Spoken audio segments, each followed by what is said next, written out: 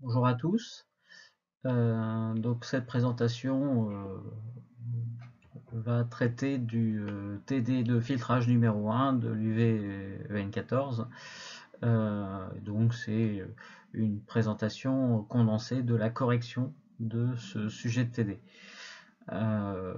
Donc pour les étudiants qui sont en train de suivre cette UV, je vous invite à consulter cette vidéo et à consulter le document qui est aussi disponible sur le site de l'UV, sur le site Moodle de l'UV, une fois que le TDA a été traité de manière autonome. Donc, ou en tout cas avec des pauses entre chaque élément présenté. Donc le premier slide, c'est une présentation générale du système étudié, qui est en fait un récepteur radio FM stéréo, dont la compréhension complète ne sera possible qu'à la fin de l'UV, une fois que le cours sur les modulations et démodulations aura été fait. Mais donc dès ce TD, en fait, je vous présente le synoptique général de ce récepteur FM stéréo. Et ce que l'on peut voir, en dehors d'une structure relativement complexe, c'est qu'un certain nombre de filtres sont mis en œuvre dans ce récepteur FM stéréo. Donc on peut voir un filtre passe-bas, 0,15 kHz, un filtre passe-bande, 23,53 kHz, un filtre sélectif, et un autre filtre passe-bas qui n'est pas détaillé, mais qui est en fait le même que le premier, donc qui laisse passer de 0 à 15 kHz. Et à part ça, bon, on a un bloc démodulation FM. On ne va pas rentrer dans les détails à ce niveau-là d'avancement de l'UV. Il y a un bloc x2, un bloc avec une croix au milieu qui est un multiplier, et deux sommateurs, plus précisément un sommateur et un soustracteur, pour délivrer deux signaux L et R. Et donc avec un peu d'imagination, c'est left et right, donc les signaux gauche et droite qui vont être envoyés sur deux haut-parleurs distincts pour restituer un signal en stéréo. Et en amont du démodulateur FM, on réceptionne un signal qui vient d'une radio FM. En dessous du synoptique, on a le spectre du signal capté, en fait du signal en sortie de démodulateur FM, donc qui contient un signal L plus R dans les basses fréquences jusqu'à 15 kHz. Alors on voit qu'il n'y a pas de continu, mais donc vu qu'il s'agit d'un signal audio, ça n'a rien d'étonnant. Les signaux audio commencent à 20 Hz environ.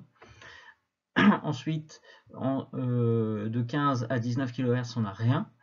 À 19 kHz, on a une raie pure, qui est en fait une sous-porteuse à 19 kHz, qui est récupérée dans la branche du bas du synoptique qui se trouve juste au-dessus, qui est entourée d'ailleurs par un cadre en pointillé où on peut marquer, où est marqué on peut la remplacer par une PLL. Là encore, en fait, il faudra attendre le cours sur les modulations, démodulations pour savoir ce qu'est une PLL et comment ça fonctionne. Et ensuite, on a une bande comprise entre 23 et 53 kHz, centrée autour de 38 kHz, avec une raie d'ailleurs à cette fréquence-là, et avec un rectangle noté L-R. Donc en fait, le L plus R, c'est un signal monophonique gauche plus droite, et autour de 38 kHz, on va avoir un signal audio modulé. Donc là aussi, on n'explique pas encore comment c'est modulé, de quel type de modulation est employé, mais donc c'est un signal audio gauche moins droite, L-R, qui a été placé autour de 38 kHz, qui est 2 fois 19 kHz. Donc là, sans trop rentrer dans les détails, on va chercher à savoir comment sont conçus les filtres. Plus précisément, le filtre passe-bas et le filtre passe-bande. On ne traitera pas le filtre sélectif qui récupère le signal à 19 kHz dans ce TD, mais le principe est de toute façon le même. Donc, la première question, l'étude du filtre passe-bas, on commence par définir un gabarit en donnant quelques indications supplémentaires. Donc, on souhaite garder les fréquences comprises entre 0 et 15 kHz avec une atténuation maximale de 3 dB, donc un gain minimum de moins 3 dB. Je vous rappelle que le lien entre atténuation et gain, c'est un signe moins en dB. C'est l'inverse en linéaire, c'est un signe moins en dB. Et pour lequel on garantit une atténuation de 10 décibels. Alors il manque une lettre à la porteuse, enfin pour la porteuse de à 19 kHz et au-delà. Hein. Donc le gain à 19 kHz et au-delà doit être au maximum de moins 10 dB. Et donc c'est comme ça qu'on a un gabarit de filtre passe-bas. Question suivante, étant donné l'insensibilité de l'oreille humaine au déphasage, est-il nécessaire d'avoir une vitesse de groupe constante dans la bande passante du filtre? Un filtre de Bessel est-il approprié? Alors vitesse de groupe, c'est en fait le temps de propagation de groupe. Je vous rappelle, dans le cours, on définit un temps de propagation de groupe qui est la dérivée de la phase en fonction de oméga, plus précisément moins la dérivée de la phase par rapport à oméga. Et donc, si on veut un temps de propagation de groupe constant, eh bien, il faut une phase qui varie linéairement en fonction de la fréquence ou de la pulsation. Et donc, l'oreille humaine étant insensible au déphasage, en tout cas en monophonique, mais si on est en stéréophonique et que l'on déphase de la même manière toutes les fréquences, le raisonnement tient encore, hein, à peu près en tout cas.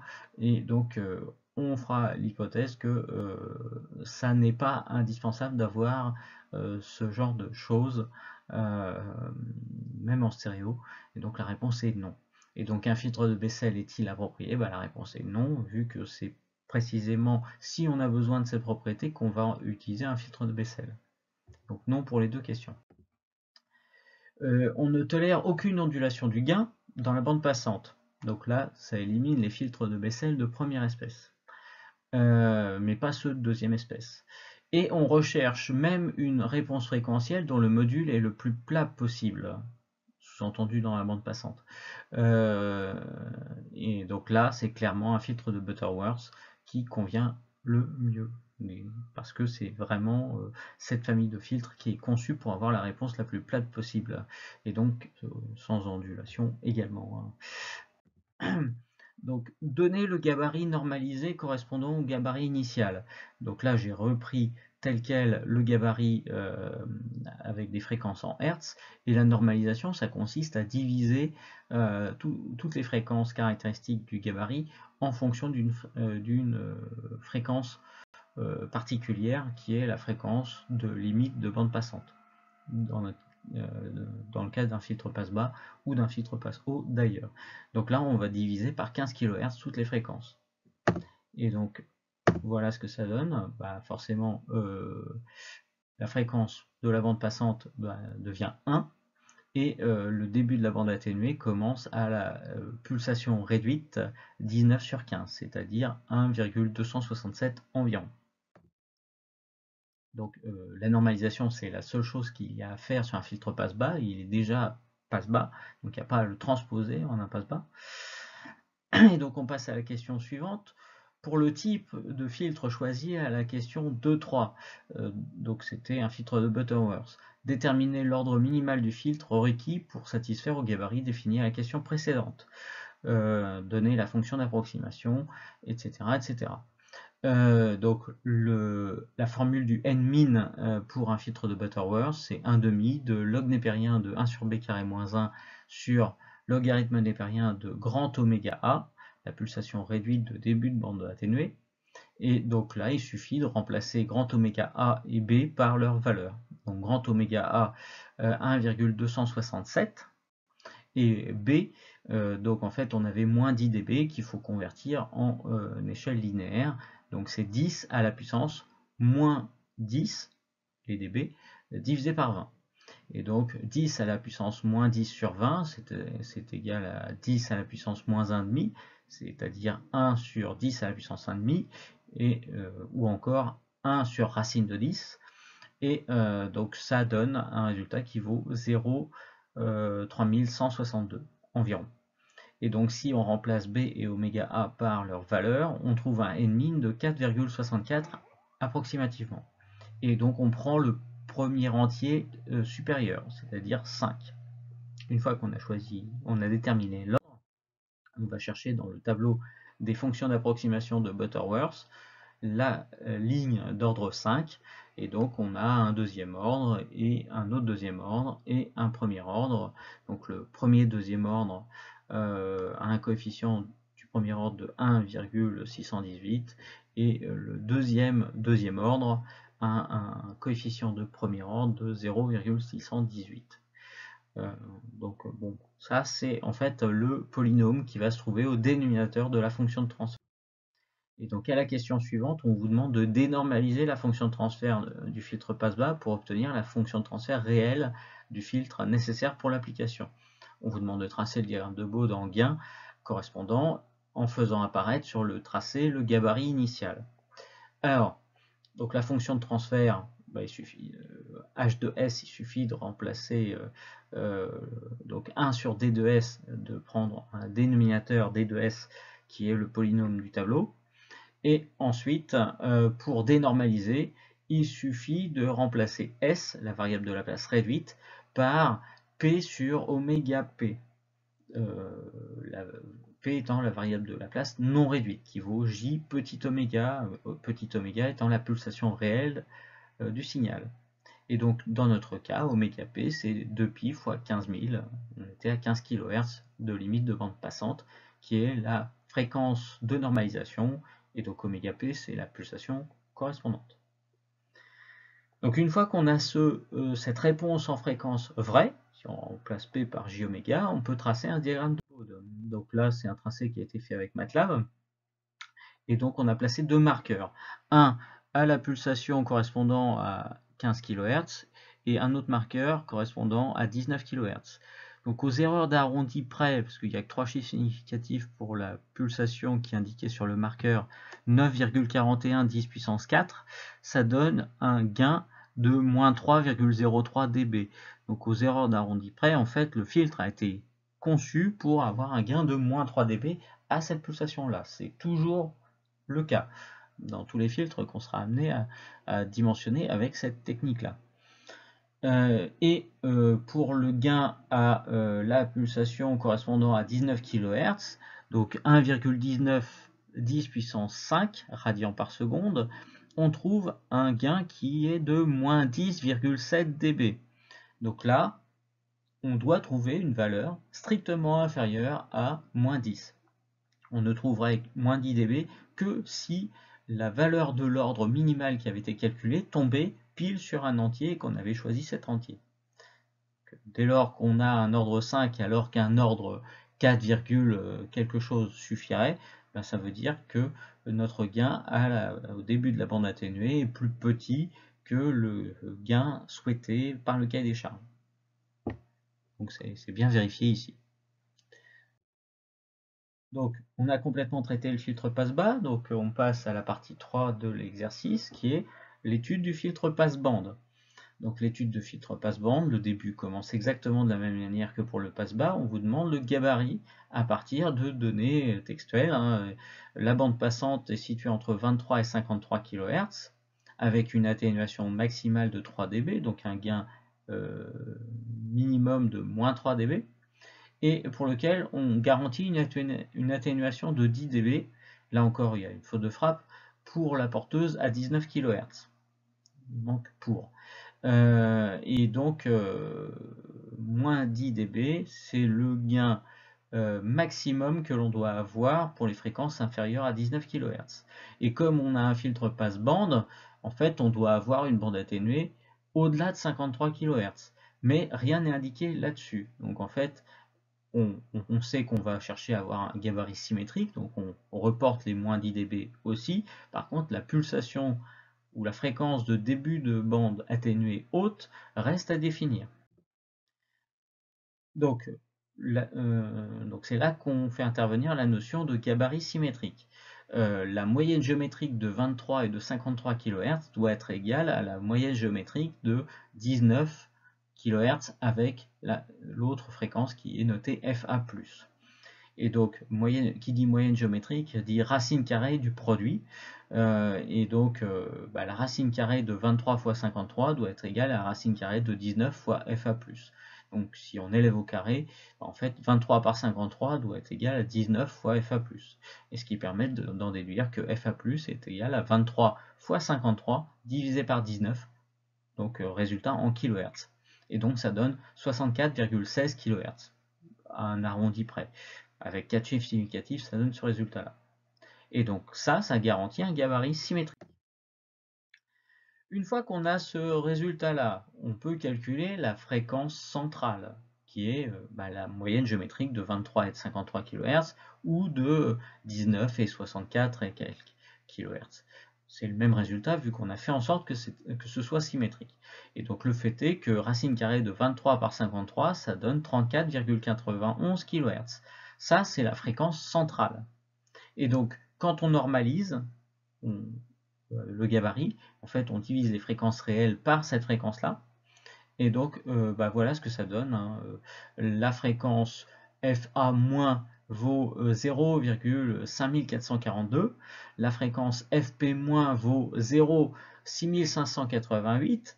La fréquence FP+, la fin de la bande passante, 1,518 et la fréquence FA+, normalisée, donc 1,838. Donc en fait, ça devient des grands oméga, A-, grand oméga P-, grand oméga P+, grand oméga A+.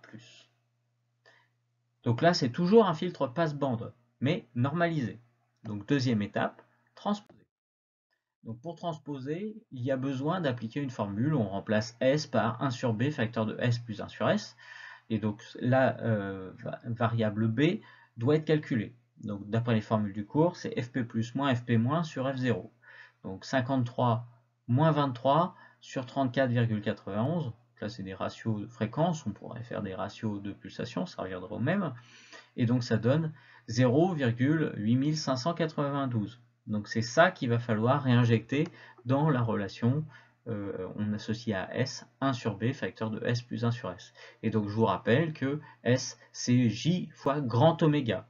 Donc si on remplace S par J fois un certain grand oméga, on va devoir l'appliquer 4 fois. Une fois pour grand oméga A-, une fois pour grand oméga P-, une fois pour grand oméga P+, une fois pour grand oméga A+. Et par acquis de conscience, on pourrait aussi le faire pour grand oméga 0 qui vaut 2π fois F0. Et donc ce que l'on trouverait pour cette pulsation-là, c'est 0.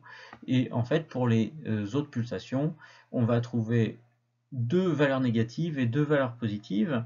Et parmi les valeurs négatives et positives, il y a en valeur absolue 1. Parce qu'on on a normalisé le gabarit. Et donc c'est grand oméga P' moins et dans grand oméga P' plus, qui sont les limites de bande passante après transposition, qui valent moins 1 et plus 1. Les grand oméga A' moins et grand oméga A' plus vont donner en valeur absolue des nombres égaux, mais plus grands que 1. Donc moins 1,505 et plus 1,505. Aux erreurs d'arrondi près. Donc c'est pour ça qu'on fait des calculs avec 4 chiffres significatifs pour toutes ces transpositions et normalisations, parce que les calculs sont relativement sensibles aux erreurs d'arrondi. D'ailleurs, si on fait ces calculs avec la précision qui est indiquée, en fait, un des calculs va donner 1,506 et non 1,505. Mais bon, toujours est-il que théoriquement, si on fait les calculs exacts, on trouve des pulsations opposées. Et on s'aperçoit que le gabarit est symétrique par rapport à 0. Donc en fait, la partie pour les fréquences négatives est symétrique avec la partie aux fréquences positives. On a bien un gabarit de filtre passe-bas normalisé. Les fréquences négatives qui ont un sens théorique qu'on verra plus dans le détail au moment des modulations, n'apporte pas d'informations supplémentaires, il y a symétrie. Et donc si on efface la partie négative, on retombe sur un filtre passe-bas normalisé. La fin de la bande passante vaut, la pulsation normalisée vaut 1. Et une fois qu'on en est là, on va à nouveau choisir un filtre de Butterworth parce qu'on a besoin des mêmes propriétés. À nouveau, on va utiliser la même formule de calcul d'ordre. Grand oméga A a changé, ça vaut 1,505.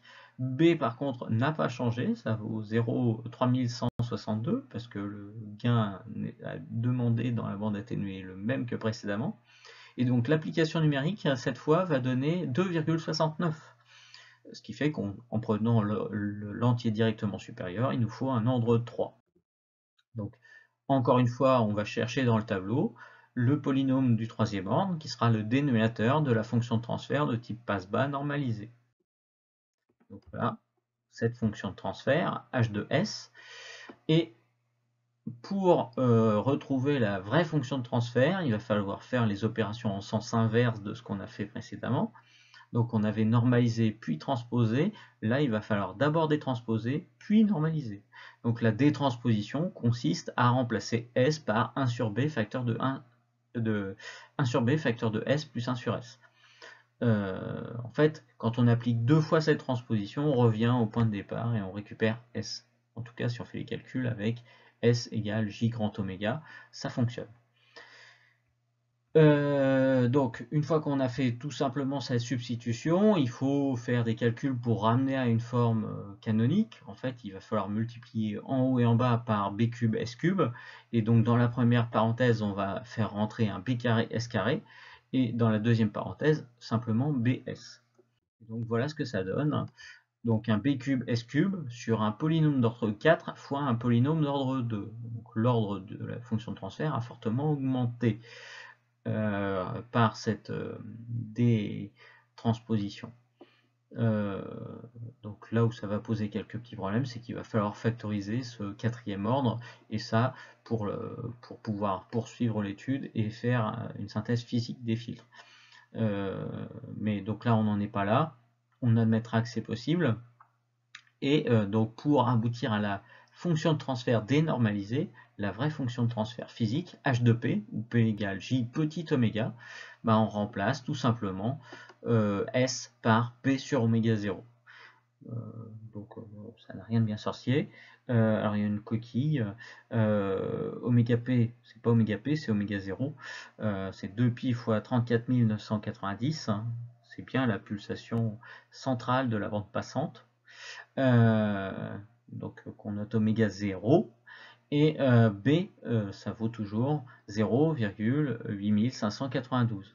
Une fois qu'on a remplacé les deux paramètres par leur valeur, on peut à nouveau tracer un diagramme de Bode sous MATLAB Simulink, sous MATLAB en l'occurrence, et donc après écriture de la fonction de transfert, on appelle la fonction Bode qui trace le diagramme de Bode en gain et en phase, et on retrouve bien un comportement de type passe-bande avec des fréquences limites que l'on pourrait identifier. Il n'y a pas de marqueur ici, mais donc il n'y a pas de souci a priori. Et une phase qui va varier de plus 270 degrés à moins 270 degrés. Je vous rappelle que c'est un sixième ordre.